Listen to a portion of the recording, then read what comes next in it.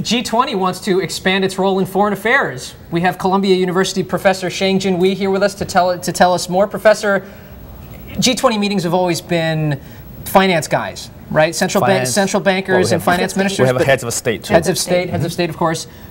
And now the foreign ministers are joining the party. Tell us about that.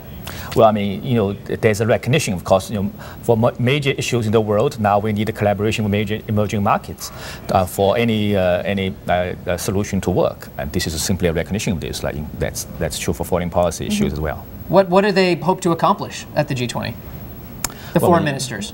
I mean, the foreign ministers, of course, I mean, they have to. First of all, some of the economic issues has the foreign policy implications, including crisis in Europe.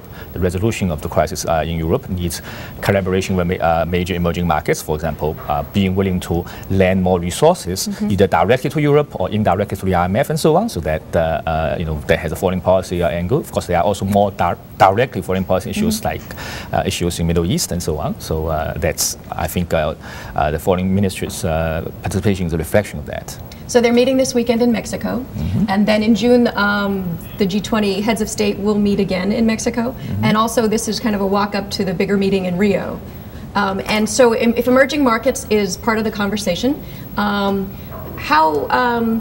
how has the economic climate changed the talks? I think it's easier to accomplish things perhaps in healthy, robust economic times. And so the relative weakness in the United States, the troubles in Europe, do you see this coloring the conversation? Certainly. The single most big economic threat to the world economy right now is potential deepening of the European debt crisis. We only see a lot of temporary measures. We see temporary postponement of debt payment crisis and so on and so forth. We have not seen a real solution to that, and the real solution most likely will involve two parts. Greater structural reforms in Europe, and also more financial resource help, relief coming from the rest of the world to Europe to help them to tighten over, and that requires collaboration, particularly countries with relatively large foreign exchange reserves. Trade and exports also going to be on the agenda, of course, and you actually have some expertise in U.S. exports to China, which is not something people talk about a lot. Tell us more about that. Well, I mean, so most people here and elsewhere focus on the fact that China exports so much more than China imports from the U.S. That's true, but there's another important aspect we need to keep in mind, which is that China has been a major destination market for U.S. exports, not only just in absolute amount, but in terms of rate of growth. In particular, President Obama wants to double U.S. exports once every 5 years. That's extremely ambitious goal. If you look at data of the last 20 years, essentially the only market that allow U.S. to ever really achieve that goal, doubling exports once every 5 years consistently for 2 decades, is China.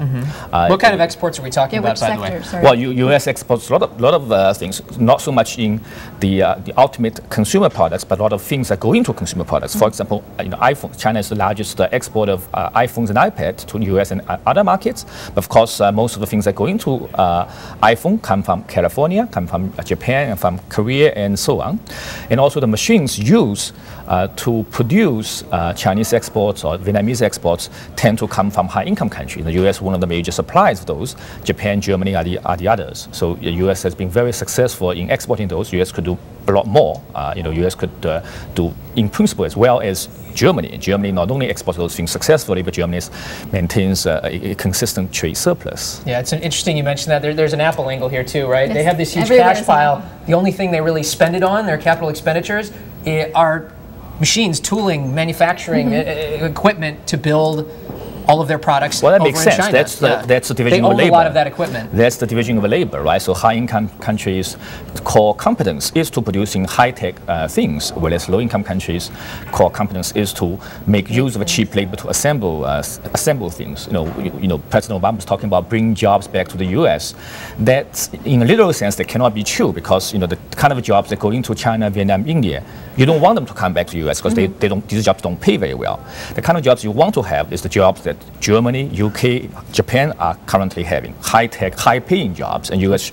in principle should be able to compete with those countries. And you wonder if eventually China's going to build up enough wealth that they're going to have a lot of those higher value China jobs certainly wants to do China. this, but they will be a long way from that. Yeah, thank you, Professor, so much for welcome. joining us.